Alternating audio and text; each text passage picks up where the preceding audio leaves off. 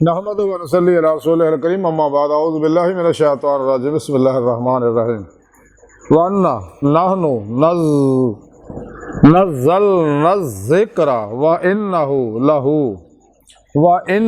लहू लहाफ़िज़ून सदक़ल्लाहु मौलाना अज़ीम व सदक़ रसूलुहुन नबियुल करीम ला इलाहा इल्लल्लाहु मुहम्मदुर रसूलुल्लाह कुर्रतु ऐनी बिका या रसूलल्लाह सल्लल्लाहु अलैहि वसल्लम लब्बैक या रसूलल्लाह लब्बैक लब्बैक अल्लाहुम्मा लब्बैक अज़म तो लैके अब तक अल्लाह सोने दी बेहद हम दोसना अल्लाह दे प्यारे हबीब ते बेशुमार दरूद सलाम तो बाद काबिल सादे तरह मौजूद सामने आज दे दरसे तसव्वुफ दे अंदर लफ्ज़ दी ताकत का जिक्र करांगे। वर्ड पावर, लफ्ज़ दी ताकत कि लफ्ज़ दे अंदर की ताकत है, लफ्ज़ अंदर की ताकत है, जिक्र करांगे। कुरान करीम दी सूरह हिजर दी नवी है पाक जी मैंने तलावत करना तो सुनने का शरफ हासिल है। सोने रब ने फरमाया कि ये जरा भी शक नहीं असी इस कुरान नू नाज़िल किया और ये जरा भी शक नहीं असी खुद ही यदी हिफाजत करने वाले हैं। सुभान अल्लाह।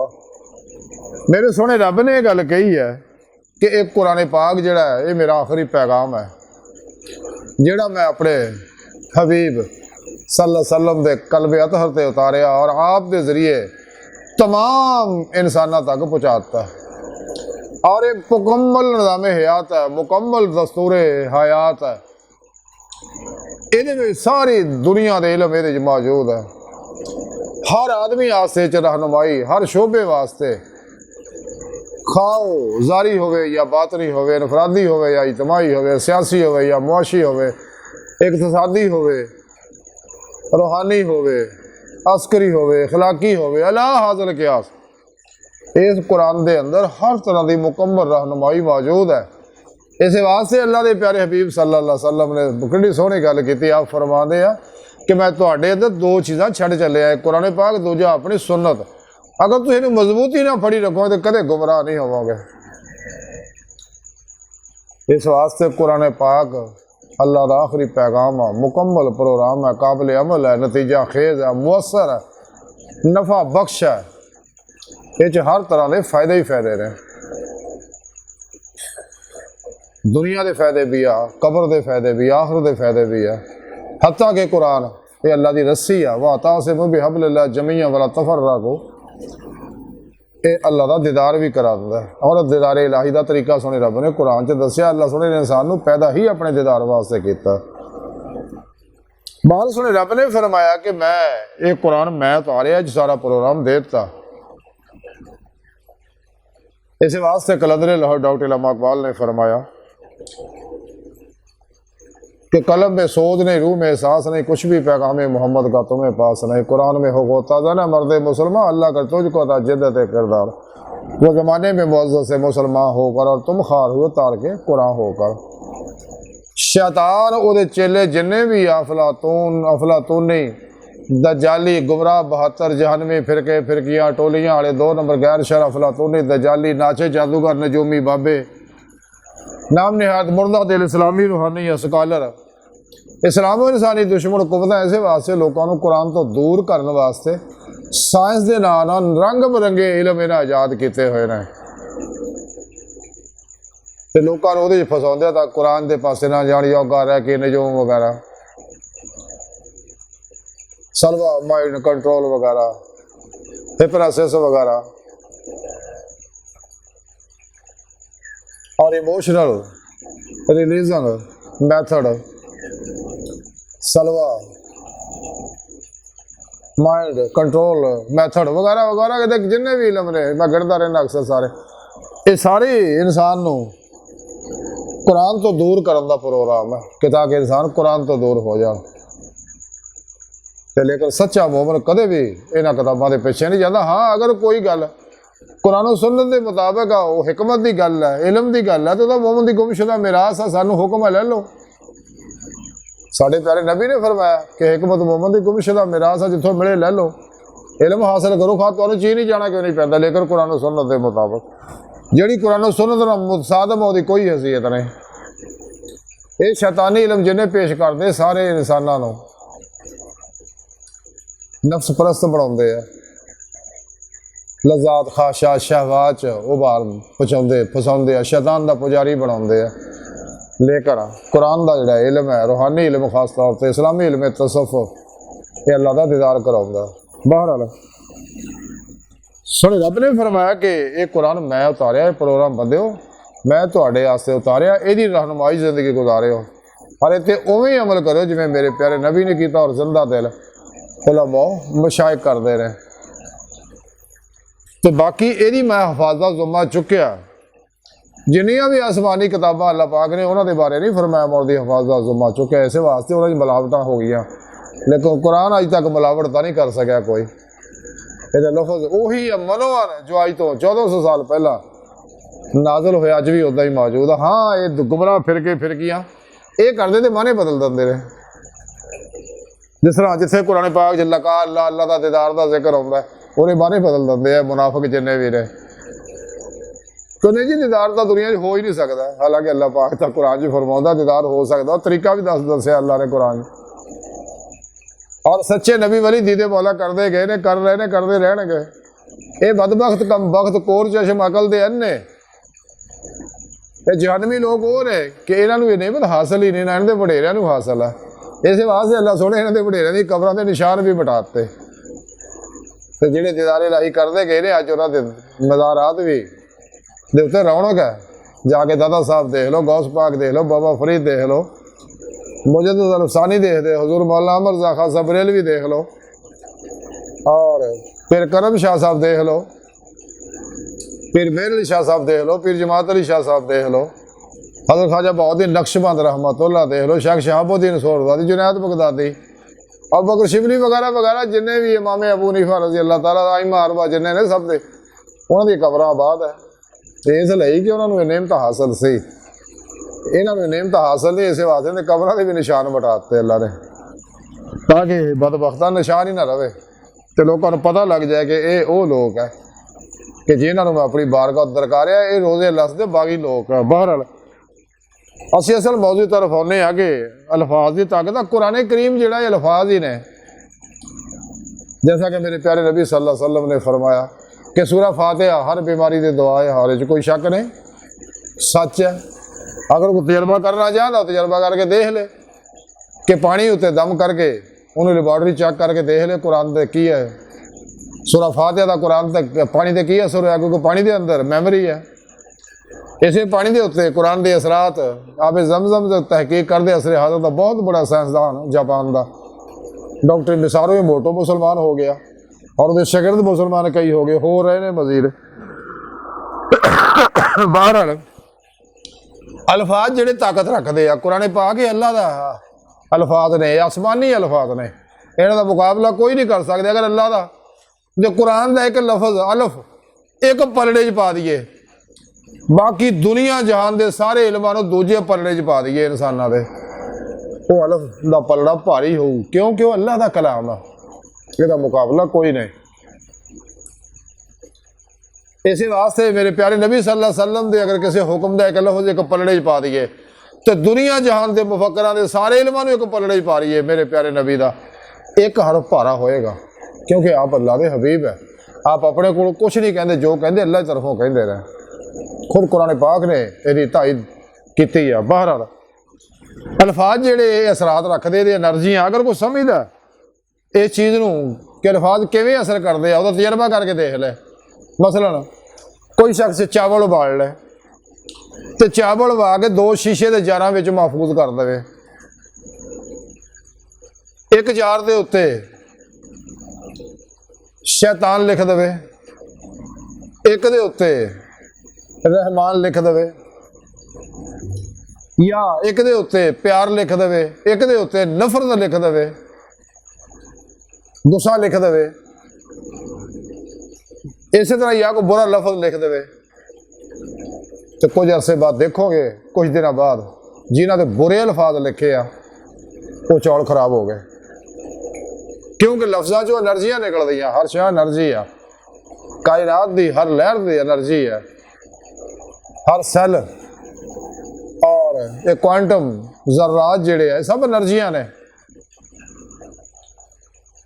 ते अल्फाज के अंदरों निकल भी एनर्जियां ने, ये अंदरों एनर्जियां निकल के असर कर दी है। इस तरह अगर कोई मजीद तजर्बा करना चाहता है वो दो पौधे लै ले किसी माली को, किसी गमले चुके हुए दो इको जे हो, एक नूं लहदा रखे दूजे नूं लहदा रखे, एको जाके रोज़ अच्छे प्यार वाले मुहब्बत भरे लफज बोले, मुहब्बत ना उत्ते हथ फेरे, तो दूजे पौधे को गमले को जाके नफरत के लफज बोले, गुस्से दे, हकारत दे नफरत बोले, गालियां कढ़े, तो थोड़े अरसे बाद देख लोगे कि जिहदे बुरे लफज बोले सी वो पौधा कमज़ोर है, उसकी बालीदगी रुक गई।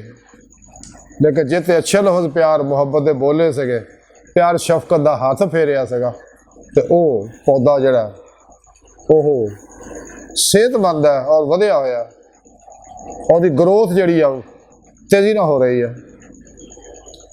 इस तरह ही अगर इंसान अज तो मीटर ईजाद हो गए ने, इंसान को बुरे लफज किसी दरखत नाल बोले तो उन्होंने मीटर लाद में चेक करने वास्ते गुस्से ना कुआड़ा लैके दुआले हो जाए और गुस्से नफरत का इंतकाम करे, तो तुम देखोगे वो दरख्त चीका मारन लग पेगा। तो जे तुम मुहब्बत वाले लफज बोलोगे, वो कोल जाओगे, शफकत हाथ उत्ते फेरोगे प्यार मुहब्बत का, तुम देखोगे दरख्त खुश हो जाएगा, तो मीटर सब कुछ दस देगा। यानी ये अल्फाज ही है, अल्फाज ही मिसाल है। कोई शख्स किसी शख्स ने गल कह दे तो अल्लाह के बंदे आओ देख तेरी मां का खसम जाता है,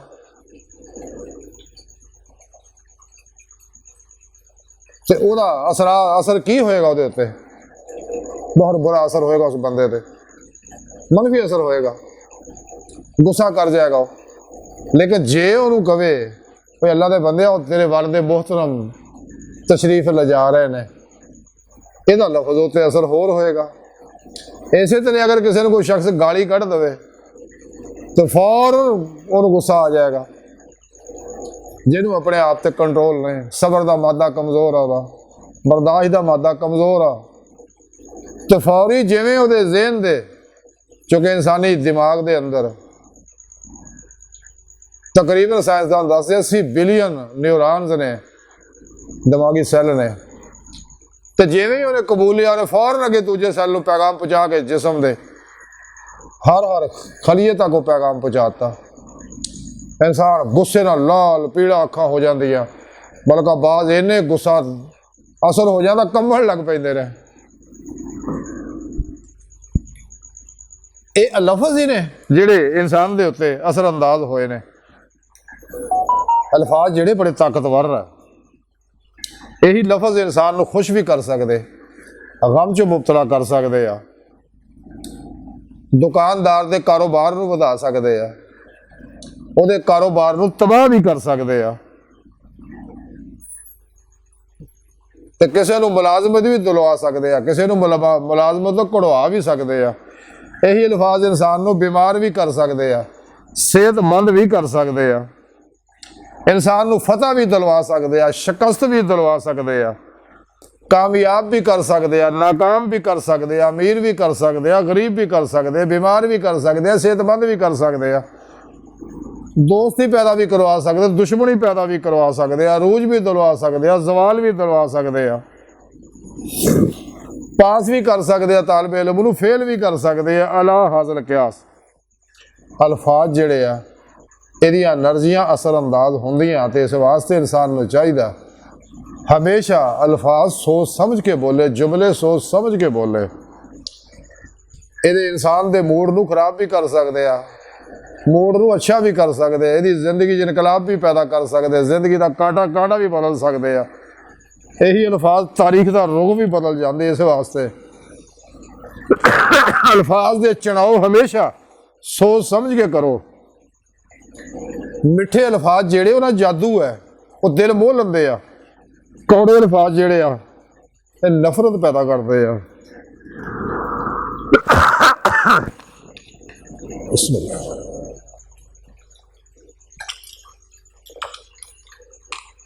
कोई अल्लाह वाला मरीज नूं दम कर दिंदा कुरानी आयात दा या किसी मसलून दवा दे अल्फाज ही ने ते मरीज नूं शफा हो जाती है। इंसान नूं चाहिए पहला अपने आप नूं शुक्रगुजारी नाल लोकां नूं माफ़ करन नाल अपने अंदर नूं नैगेटिव एनर्जियां जिन्नियां नूं साफ करे। लफज ही सी जो तारक बिन ज़ियाद ने हमला किया सी उहदे रस्ते तो उन्हें किश्तियां चलातियां सी, फिर मुखसर तकरीर की और लफज इन्ना असर कर गए तो उन्हें उधर उसनूं फतह कर लिया। कई 100 साल उत्थे हुकूमत की, लेकिन मुसलमानों दी गलतियां नाल दोबारा हथों निकल गया उधर सुबह नाल। ये उत्ते डॉक्टर अल्लामा इकबाल ने नज़म भी लिखी है जो उत्थे गए करतबा मस्जिद। तो कुरानी अल्फाज बड़ी ज़बरदस्त ताकत है, इसका कोई मुकाबला नहीं। इस वास्ते कुरान पाक सुने रब ने दावा किया व नज़्ज़िलु मिनल कुरानि मा हुवा शिफ़ाउन व रहमतुल लिल मोमिनीन। इस वास्ते इंसान को चाहिए हमेशा अच्छे अल्फाज सोचे, क्योंकि सोच बुनियाद है। ये सोच नाल ही सारियां कैफियत पैदा होंदियां। इंसान की सोच जिहड़ी है वो इंसान दे नॉलेज, इंसान की मालूमात, हवासे खमसा की दत्ती मालूमात और अंदर लाशौर च सेव की प्रोग्रामे के मुताबिक ही इंसान को सोचा होंदियां ने। ख्याल सोच फर्क है। बाहर सोच एक इंसान इरादादार सोचता, गैर रद्दी होंदी है, लेकिन अक्सर सोच जी इंसान की रद्दी ही होंदी है।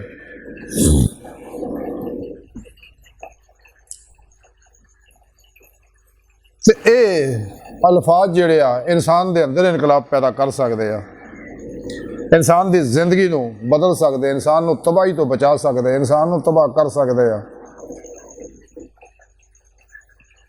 इस वास्ते जिक्र दे अल्लाह का नाम जिहड़ा उहदा जिक्र जिहड़ा लफज ही है ना, ये बारे बार दोहराउण ना यही जाकर नूं मज़कूर तक पहुँचा के मज़कूर दा अल्लाह का दीदार करा दिंदे आ। यही कुफर के कलमे इंसान को रब सुने तो दूर कर देंगे आ। जिवें कि एक बाप नूं जाके किसी शख्स ने एवें अप्रैल फूल च जाके दस दिता कि तेरा बेटा एक्सीडेंट ना फौत हो गया। जिवें ही बाप ने सुनिया बेचारे नूं हार्ट अटैक हो गया, वो मर गया।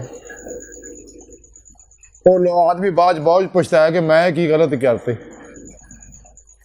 ये लफज ही है वो जिंदगी लैके, अल्फाज ही है जिहड़े इंसान को खुदकशी करवा देंगे आ। और ये लफज जिहड़े आ ये लगे जख्म छेती सही नहीं होंगे। छुरी तलवार दे लगे जख्म तो छेती सही हो जाते हैं, लेकिन लफ्ज़ों के लगे जख्म जिहड़े इंसान को अंदरों खा जाते हैं। इस वास्ते इंसान को चाहिए अपने अल्फाज, अपना रवैया हमेशा, अपना लहजा मुहब्बत भरिया रखे, मिठा रखे, ताकि दूजिਆਂ ਨੂੰ फायदा मिले। लफज जिहड़े आए हसदे भी आ, बोलते भी आ, पिछा भी करते आ, साह भी लेंदे आ, इंसान को बखेर भी देंदे आ, इंसान को समेट भी देंदे आ, और इन्हां लफ्ज़ों च खुशबू भी फैलती है। तो जिवें बाद आदमी बड़ा ऐसा बोलते हैं कि लोग कहते यार देख ला जो बोलता ये मूँह चो फुल चढ़ते हैं, यानी वैसे मिठे लफज बोलता। तो बादियां दे बंदे बारे कहते यार छड्डो इस बंदे नूं परे करो जालम गंदे नूं, जो भी बोलूगा मुर्दा बोलू तो कफन ही फाड़ूगा, यानी पुट्ठा ही बोलना। इन्हें हमेशा पुट्ठी सोच सोचनी है, हमेशा फुलों के कंढियां की तरफ ही निगाह रखता, कदे गुलाब के फुल की तरफ की निगाह नहीं जाती। इस वास्ते अल्लाह रब्बुल इज़्ज़त ने साढ़े प्यारे नबी ने तमाम अल्लाह वाले ने सानू इसमें आज़म का जिक्र दसिया, और वह जिक्र जरा बेवास्ता पीराने सिरसा सच्चे मुर्शद को पहुँचा, ये इसमें आज़म हासिल करो। ये लफज ही इंसान को अल्लाह तक पहुँचा देंगे। इसमें आज़म अल्लाह का जिक्र तसव्वुर ही अल्लाह तक पहुँचाता है। इसमें मुहम्मद का तसव्वुर दुरूद पाक का जिक्र अल्फाज ही ने इंसान को कचहरी मुस्तफा ही पहुँचा देंगे।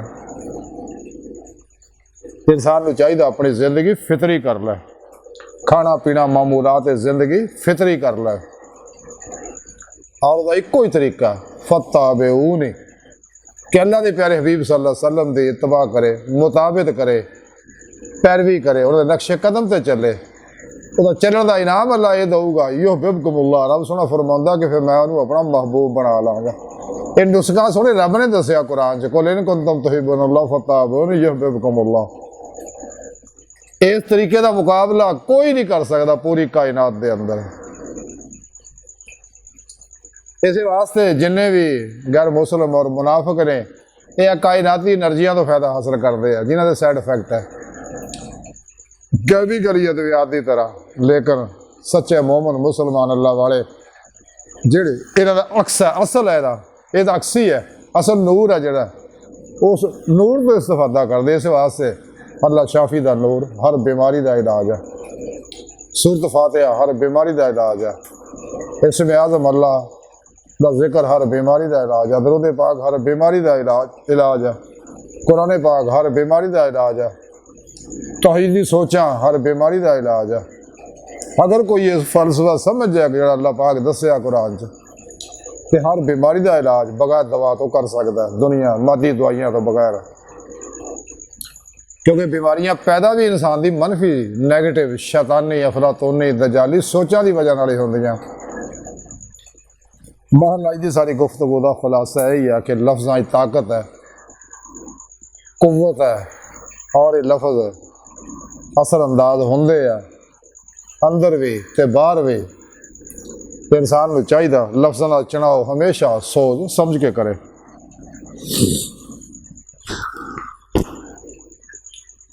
अल्लाह सुन दी बार का दिल की गहराइयाँ दुआ है कि अल्लाह सुने हस्ता बड़े हकीर पर तकसीर माड़े कमज़ोर कम इल्म आजिज़ मस्कीन बेसहारा इंसान आ स्वाए पिरो पेशवा तो तेरे प्यारे हबीब सल्लल्लाहु अलैहि वसल्लम दे तेरी सोहनी ज़ात दे साडा कोई सहारा नहीं, सानू होर सहारे की लोड़ भी नहीं। सानू दुनिया कबर और आखिरत सहारा अता फरमाए। अपने दायमी दीदार की नेमत उज़्मा दौलत कुबरा अता फरमाए। हमेशा अच्छे अल्फाज जुमले बोलन की तौफीक अता फरमाए। मनफी अल्फाज और जुमलियां तो बचाए। कुरान से इस्लाम को गलबा अता फरमाए। अपने पैगाम कुरान सुन्नत फ़िक़्ह तसव्वुफ़ दुनिया के हर इंसान तक पहुँचाना और उनकी रूह के मुताबिक कल्बन अमल करने वाला बंदा बनाए। अल्लाहु अकबर कबीर। अल्लाह बस तो बाकी सब हवस है। वमा अलैना इल्लल बलागुल मुबीन।